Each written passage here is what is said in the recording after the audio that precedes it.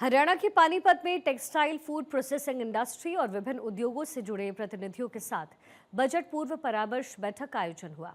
बैठक में मुख्यमंत्री नायब सिंह सैनी ने बतौर मुख्य अतिथि शिरकत किया। इस अवसर पर विकास एवं पंचायत मंत्री कृष्णलाल पंवार, उद्योग मंत्री राव नरवीर, शिक्षा मंत्री महिपाल ढांडा, कृषि मंत्री श्याम सिंह राणा, खाद्य एवं आपूर्ति राज्य मंत्री राजेश नागर, पानीपत शहरी विधायक प्रमोद विज, मेयर कोमल सैनी, मुख्यमंत्री के मुख्य प्रधान सचिव राजेश खुल्लर, प्रधान सचिव अरुण गुप्ता, उद्योग एवं वाणिज्य विभाग के आयुक्त एवं सचिव डॉक्टर अमित अग्रवाल सहित विभिन्न प्रशासनिक अधिकारी और उद्योग जगत से जुड़े हुए प्रतिनिधि शामिल हुए। मुख्यमंत्री नायब सिंह सैनी ने कहा, पानीपत बुनकरों की और ऐतिहासिक नगरी है। यहाँ का कपड़ा उद्योग हरियाणा के साथ साथ पूरे भारत में अपने नाम रोशन कर रहा है। पानीपत खाद्य प्रसंस्करण केंद्र के तौर पर बहुत तेजी से उभर रहा है। इसी को देखते हुए विभिन्न उद्योग संगठनों की मांग पर पानीपत में अंतर्राष्ट्रीय स्तर का टेक्सटाइल संस्थान बनाया जाएगा। पानीपत का ये कपड़ा उद्योग हरियाणा के साथ साथ दुनिया भर में ये भारत का नाम रोशन कर रहा है। हमें इस बात का गर्व है। साथियों, पानीपत आज खाद्य प्रसंस्करण केंद्र के रूप में भी ये गति से उभर रहा है।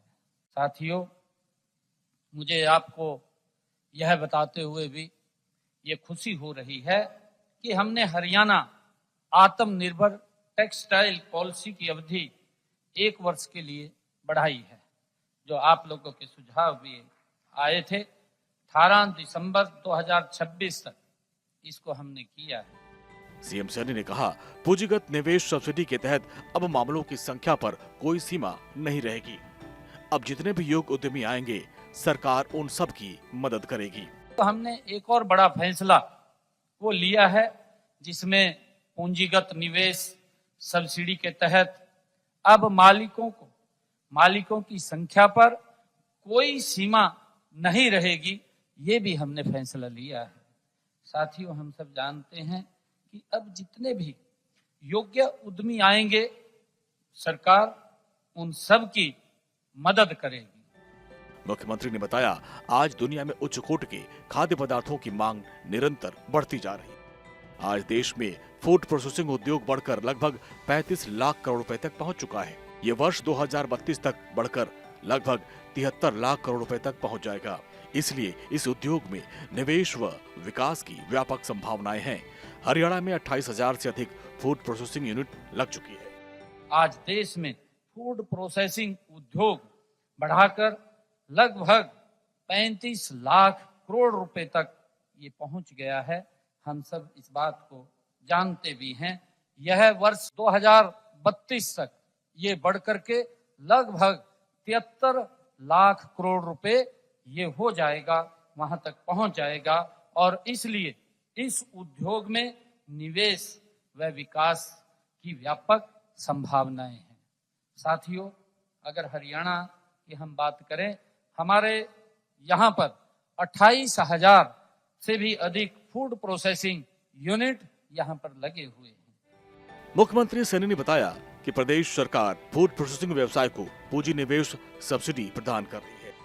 पहली योजना में फूड प्रोसेसिंग इकाइयों की स्थापना, विस्तार व विविधीकरण के लिए सब्सिडी की व्यवस्था की गई है। इसके तहत परियोजना पर 25% की पूंजी निवेश सब्सिडी प्रदान की जाती है। ये सब्सिडी ए और बी ब्लॉक में 50 लाख रुपए, सी और डी ब्लॉक में 1 करोड़ तक मिलती है।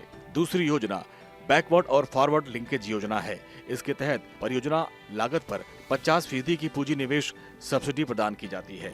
ये सब्सिडी ए और बी ब्लॉक में 2 करोड़ 50 लाख रुपए तक की और सी व डी ब्लॉक में 3.5 लाख करोड़ रुपए तक की दी जा रही है। तीसरी योजना में एकीकृत कोल्ड चेन और वैल्यू एडिशन इंफ्रास्ट्रक्चर पर सब्सिडी दी जाती है। इसके तहत परियोजना की लागत पर 35% से लेकर 45% तक सब्सिडी दी जाती है। चौथी योजना एकीकृत मिनी फूड पार्क योजना है। इसके तहत परियोजना लागत पर 50% की दर से पूंजी निवेश सब्सिडी प्रदान की जाती है। ये सब्सिडी केवल सी और डी श्रेणी के ब्लॉक में 10 करोड़ रुपए तक दी जाती है। यह सब्सिडी जो भंडारण के हमारे बुनियादी ढांचे, पैकेजिंग, हाउसिंग और परिवहन के बुनियादी ढांचे, मूल्य संवर्धन और प्रसंस्करण जो हमारा बुनियादी ढांचे के लिए हमने 5 करोड़ तक ये हो सकती है।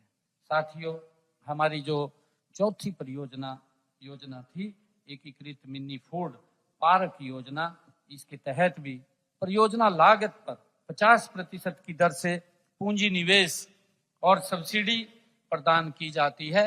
यह सब्सिडी केवल सी और डी ब्लॉक में 10 करोड़ रुपए तक दी जाती है। मुख्यमंत्री नायब सिंह सैनी ने लोगों से अनुरोध किया कि विधानसभा में बजट की प्रस्तुति हो तो उसे आप अवश्य सुनें। जिनके बहुमूल्य सुझाव बजट 2026-27 में शामिल किए जाएंगे, उन सभी को सरकार की तरफ से विधानसभा की कार्यवाही देखने का विशेष निमंत्रण भेजा जाएगा।